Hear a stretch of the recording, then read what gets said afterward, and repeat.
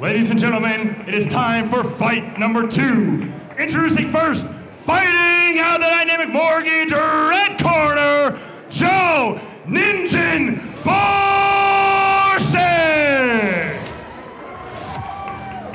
Ninjin, interesting nickname for Joe Boerschig. Yes, indeed.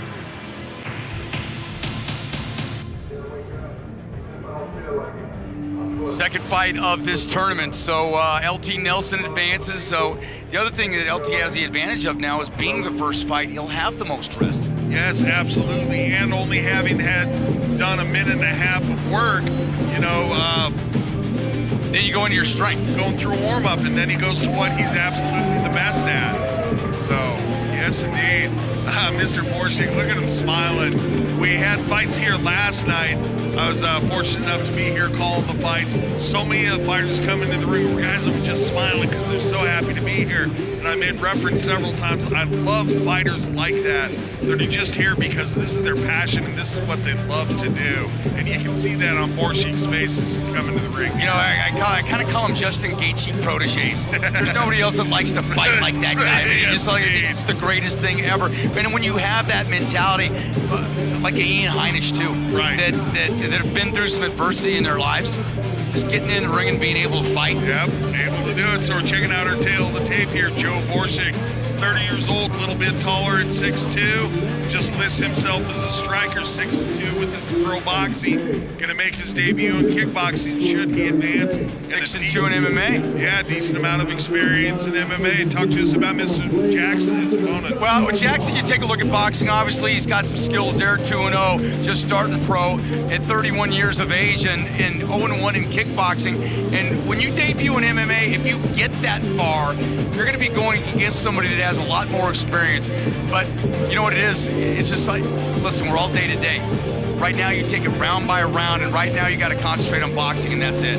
Yes, sir. And when they did the fighter introductions, I was looking at Mr. Jackson's shirt he was wearing. We'll take it up to Cody. And now, fighting out of the Larry Miller Nissan on 104th, blue corner, Juan Jackson! I was going to say, I was looking at Mr. Jackson's warm-up outfit. He was wearing a Muay Thai shirt, so obviously striking in his background. Right. Like we saw their MMA debut. It's a tough road ahead of you in a tournament full of studs like this. Listen, you got to give him credit for coming in when you know that you've got guys that have had maybe 15, 18, 20 fights, and this is your 4th fight. Yeah. That means you're stepping up. That means you got confidence in yourself, or you're crazy, one of the two. And maybe it's the combination of every fighter. And just a quick little point, that is his pro record, so I'm sure he has an amateur background. Absolutely. I mean, you take a look at one of the up-and-coming boxers here in Denver that's having some opportunities, and Misael Lopez, who is 50-5 as an amateur. He's 10-0 now. I think he's like 32 in the nation, and one of those boxers out of Denver that you know, Denver's produced some good boxers like Stevie Little Bit Bad Johnson. Yep. Back in the day, he was a great champ. Yes, sir. Felipe Garcia, one of the kickboxing champs back in the day. Fighting out of the dynamic mortgage red corner from Bozeman, Montana, representing Montana MMA, Joe Ninjin Boerschig. The fighting state of Montana. And fighting out of the Larry Miller Nissan on 104th, blue corner from Tacoma, Washington, representing MABJJ Tacoma, Juan Jackson! Well, when 10 grand's on the line, you'll travel a little bit, right? Yes, indeed. Couple of out-of-staters here. Gentlemen, you've had your final instructions. Protect yourself at all times. Obey my commands at all times. Any final questions? Later? Touch them up. Back to you. Black and white trunks for the Montana MMA fighter, Mr. Boerschig, and Mr. Jackson wearing the solid black trunks this evening. Oscar Martinez, 3rd in the ring. He's wearing black and white tonight. Oscar Martinez will make sure this one stays on the up and up. And here we go, the second fight of this King of Sparta tournament at 170 pounds. Boerschig coming in right away and putting some pressure on and going after it, trying to take it out quick. That overhand right. What I see almost immediately with Boerschig is he has that reach advantage, but he's not utilizing it. He's stepping forward into the range of his opponent, and he's pushing his punches a little bit instead of keeping his opponent out on the end of his punches. Juan Jackson working a little bit uppercut as well, too. If he can shorten that distance, like you're saying, that gives him a little bit of an advantage. And you got to use every advantage you have in these fights, JR. Yeah, Boerschig is not making Jackson have to work for the distance. So now he's starting to lengthen up a little bit as Boerschig, and you saw it snapped around the head of Jackson when he had him on the end of his punch there a little bit. Right, and I think that's where he's his most dangerous. You can get your punch unleashed at full extension where you can do some damage. Jackson looking very calm. Boerschig came out looking to press the action very early. And Jackson pretty nonplussed by this situation. Yeah, Jackson with a nice little jab. That was a forward left jab right there. Connected, came back with an overhand right. Right now, looks like Boerschig's a little more wild and expending a lot more energy as well, JR. I would agree, and Boerschig blooded it up around the nose a little bit. Yeah. Nice little jump, kind of a jump up jab there with the left hand again by Juan Jackson. Yeah, I'm impressed by the calmness of Jackson. He's a counter-puncher, JR. He's waiting for his moments, and the counter-punching that he's doing has been on target. And again, mouthpiece is out. Yeah, right over here, about a foot away from me right now. They're going to stop that fight right now, and I'm not picking it up. I was going to say reach over and grab, and now wait for somebody with gloves. Well, and you can see right now the difference between a calm fighter, you expend less energy as well, and even if you can come back to win this, it puts you in danger later. Yes, indeed. You know, like we referenced, and we will time it again, LT Nelson put in a minute and a half of work. We're already way past that here. Boerschig coming in, waiting again, but again, Jackson kind of smooth, waiting for his opportunities and counter-punching, coming in wildly. Boerschig a little bit more aware of the counter-punch now is Boerschig. Jackson kind of moving. Ooh, Jackson takes a shot, then a left uppercut by Boerschig. Nice couple left uppercuts. Kind of a combination hook uppercut, JR. Mixing the techniques nicely. Counter-punching again has been for Jackson, has really been, and he's not even breathing hard. And being here at elevation, both fighters coming from out of state, and you see the difference in the energy expended so far. Well, you call a lot of professional sports. I talk about it here all the time. I have literally seen professional athletes get to Colorado and get winded walking across the parking lot because of the elevation here. JR, it's different when the Nuggets and Avalanche go out of town on extended 10-day road trips. It affects them when they come back the first time. And these are world-class conditioned athletes that are used to playing in the Mile High City. So I know that it has an effect. So you see the 10-second clacker coming down. So this one's going to go into the second round, it appears, unless something happens here. But Jackson with control of this first round, I think, and gets a punch there to end that first round. We'll have a replay here in just a second, but I'll say Boerschig seemed a lot busier. He was pressing the action, but I'd say it was Jackson that was the more accurate and had the more damaging punches by way of his counter-striking game. Yeah, I thought his counter-striking, and you pointed out early in the fight, JR, he just looked in control, smooth, if you will, non-panicked.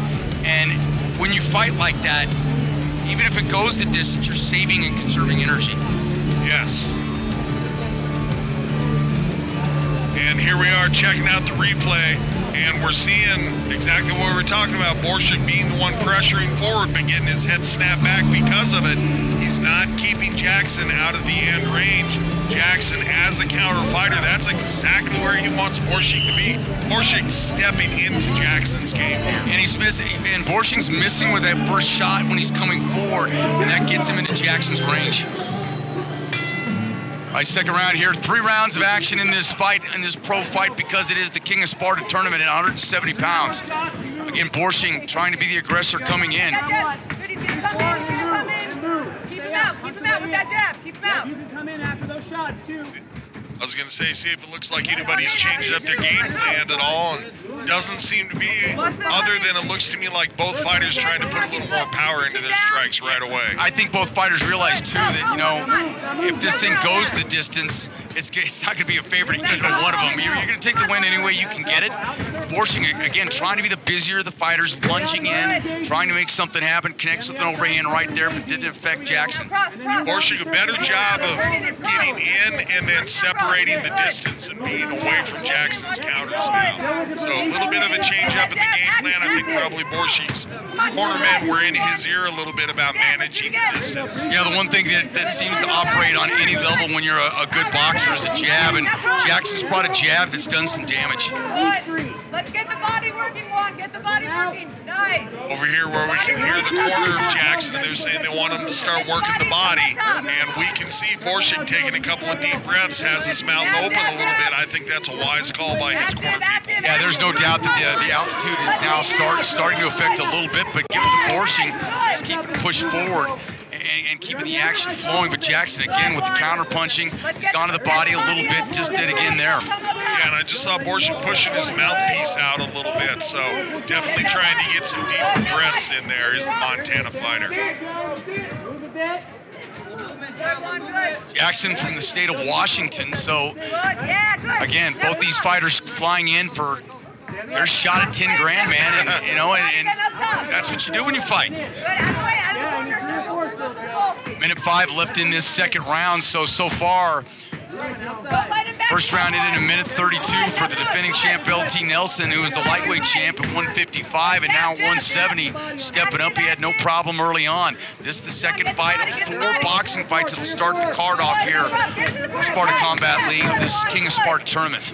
Jackson getting that countering game going on again. What Jackson's doing nicely now is as Boerschig throws his combination and then steps away, Jackson is stepping forward with his counter attack in order to negate that distance management that Boerschig's trying to have. So wise adjustment by Jackson.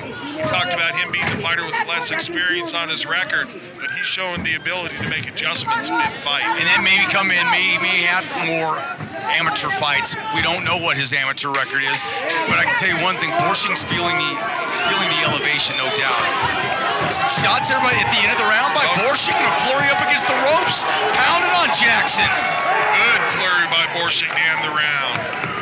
Tough round to call. Yep. I thought Jackson for sure won that first round. I thought he had control through half that second round, but I don't know if the end of that flurry was enough to steal the round. Yeah, it was about a 5-punch combination, but you know, like you said, was that enough?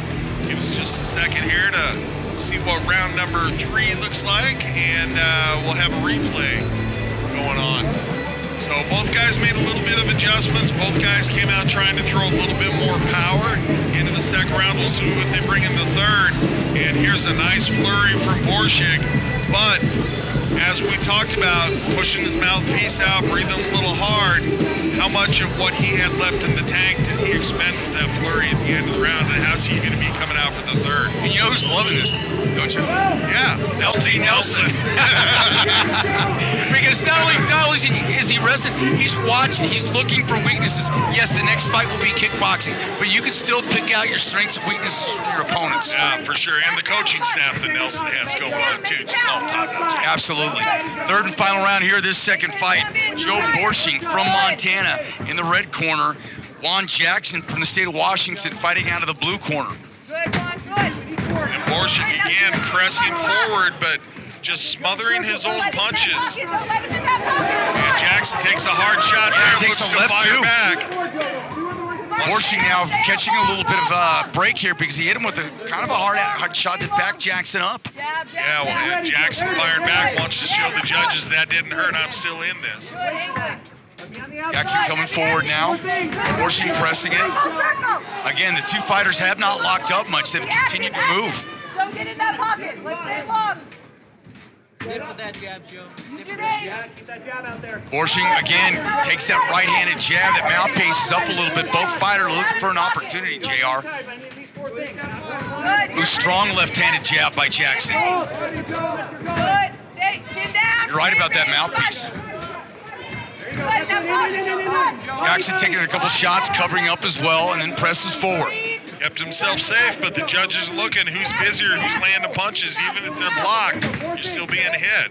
Judges will notice that. Right now, this is a close fight right now. I thought Jackson definitely won the first round. I'm not sure after that how this fight's going to be scored. Yeah, and it is a 4-round fight, so should we make it past this round, got a little more action to go.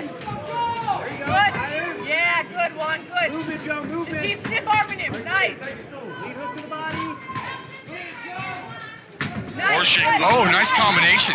Boerschig a little bloodied up around the nose, but you know, that could be part of the breathing problem. He could be dealing with a fracture in the nose there, and that's why he might be having to do some mouth breathing for Little certain. uppercut and then a big-time hook by Jackson missed. He comes back with the right hand as well, but again, now we're under a minute left in this third round of 4, if it goes that far. Boerschig still pushing forward. He's the one bloodied, but he continues to push the pace. Yeah, that right hook by Jackson a moment ago landed flush on the ear of Boerschig, and that's a tough place to take a shot. Well, we saw that in the first fight. We saw a temple shot by LT Nelson, which effectively ended it. It lasted a little bit longer, but not much because of it. Yeah, rattles your equilibrium, so Boerschig looks to have his feet underneath him, but see if that's something that Jackson sees as a target again, since he had success with it. Jackson has used less energy, but again, you see Boerschig come back, and I think it's been more effective in this round. I agree. Which I didn't necessarily expect because he was wild to start this fight. There's the 10-second placard, and we've been talking about how he seems to be winded, but again, Boerschig doing exactly what every coach in the world wants you to do, and that's hear the 10-second clacker, plant your feet and flurry. Because if you're sitting there as a judge, what you want to see, JR, who's going to be the busier fighter into that 10 seconds? Are you just cruising? Are you just trying to survive and rest on your laurels, or what are you doing? Yeah, absolutely, and especially in what could be a close round. If the judge is wavering and in their own mind, they're thinking, you know, I'm not quite sure how I'm going to score this. And then you see Patrick Cummings, land his please head feet back to the and locker just go to room. town here for the final 10 seconds. And yeah, it's, like I said, every coach in the world implores you to do exactly that. But I'll tell you one thing, as you look at it, and we look like Jackson he's not breathing heavy. I mean, he seems to be in shape, but what was working early needs to be adjusted in this 4th and final round. Boerschig just loves to There's be that in this. smile from Boerschig. I love it. I love it. I mean, this guy, he just loves to fight, man. A touch of gloves for sportsmanship, then they'll punch each other in the face. Could be bad. Yeah, that's it. You touch each other and then you punch each other. You love it. And the respect these guys have afterwards is what you love. Yeah, for certain. Good right hook there, lands for Boerschig. Jackson had an overhand right, catches an overhand right as well. He caught Boerschig coming in. Jackson was counter-punching early in this fight and really looked to take control of the first round with the counter-punch. But since then, Boerschig's been the attacker. Oh, Boerschig just chasing him across the ring now. On those separations. Hey, that's one way to shut down the counter-punching is when he tries to punch, you just be right there in his chest and keep pressuring forward. And I think that's kind of what he's done, JR. He's limited the counter-punch ability that Jackson was having success with. Talked about looking at the corner of Jackson in between rounds and how he seems to be in great shape and didn't seem to be breathing hard. If he's saving anything, he needs to start to let it go now. That's a good point because right now, he won that first round, but right now, if I had to decide the fight, I'm looking at Boerschig because he's been the busier of the fighters. Yep, and so Jackson, if he does have that energy that he seems to look like he has, He's got a minute 40 to show it. yeah, needs to start upping the output. And as we say that, it's Boerschig that steps forward and moves his hands. Body now. Boerschig again had his mouthpiece knocked out early in the fight, and this little short right that caught Boerschig kind of jarred him a little bit, but didn't seem to bug him. Oh, Boerschig took a stiff jab right on the point of the nose right there. And should Boerschig be the one that advances in the tournament, how bad is that nose busted up? Right. How much is that going to affect his breathing? Absolutely. Staying on the outside. All comes within strategy. If both these fighters wanted to end it quickly, it's not going to happen because this one looks like it could go the distance now under a minute to go. Neither fighter looks in trouble. Jackson smooth with his head and shoulder work there. You know, Jackson hasn't taken tremendous shots either. I mean, the shots that he's taken, there haven't been any Get the body, set it up. lethal shots. Exactly. Stiff jab. Hands up, good. Both fighters now just trying to figure out Down, hands up. how to try to get as many points as you possibly can before this round ends. And the 10-9 scoring system right now, I've got it, 2 rounds to 1 going into this 4th round. Yeah, basically they're thinking, what can I do to put my stamp on this round? And Boerschig has done that at the end of every round with his really nice strong flurry at the 10-second clacker. Let's see if he does exactly the same here in about 2 seconds. Oh, big shot there. Big overhand right by Jackson. He went to the body early on. Jackson again digging to the body. Time running out now. 4-6 to go in this fight. So I'd say Jackson finished this one up pretty good to end the 4th and final round for these guys. It will go to the judges' scoring cards. And this is going to be interesting, JR, because there will not be a draw. I can guarantee you that. Yeah, well, in a tournament format, there couldn't be, if nothing else. Actually, that's an interesting point. I'm not sure what the Boxing Commission rules are on it. It could be that they could go back to the judges and make the judges say, right, you have to pick a winner, interesting, right? regardless of points, or they can make them fight another round. I'm not sure what the rules for the tournament are. Because it is interesting. What if you got a fight that ends up tied? Yeah, so they would have to find some way to eliminate one of the fighters because of it being a tournament. Just not sure whether it's total punches, whether I don't know which rule set the commission went with here.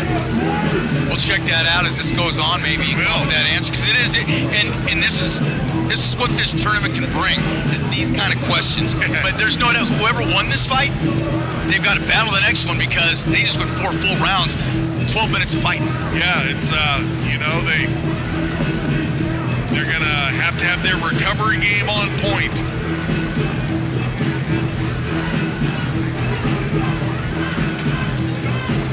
And Jackson dancing around with a little jump there, showing he still has the energy. So should he? I kind of like the blue shoes. Yeah, the blue shoes are kind of cool. Which matches the blue gloves. I don't know if he planned it that way, but I don't know if he had a pair of red shoes because he uses the red corner. I don't know. Who knows? If you win the 10 grand, you can buy both shoes. Exactly. There you go. All right, we'll take it up to Cody Momarts, and he will give us the official word, and we'll know who's going to advance in the tournament in just about 10 seconds here. Well, a man from Montana and a man from Washington. Boerschig from Montana, Juan Jackson from Washington. Let's get the scorecards.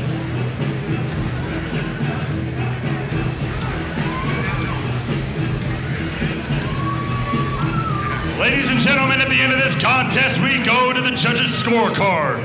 Judge Hilsebeck scores it 30-27. Tyrone Short scores it 40-36. And Tim Mills scores it 30-27. Declaring your winner by unanimous decision, Joe Ninjin Boerschig! I thought the fight was closer than that, JR, but I think the right one. I think the busier fighter probably won, and the right fighter won.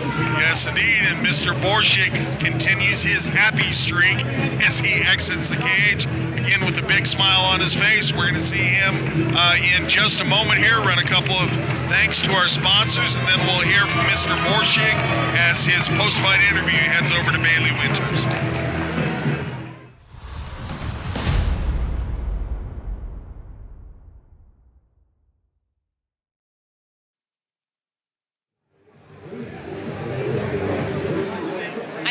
Joe Boerschig, who just won the first round in this 3-fight tournament. How's it feel to get that win? Oh, it feels great. I'm excited to get to the next round. I'm pretty pumped. You're back here telling me that you're already ready to go again. You said you've always wanted to fight in a tournament. How do you feel about fighting 3 times in one night? Oh, I love it. I'm always amped after my first fight, and so I want to fight some more all the time. That was a grueling 4-round fight. Do you feel like you're ready to go again? Yes, ma'am. All right, congratulations. We'll see you next round.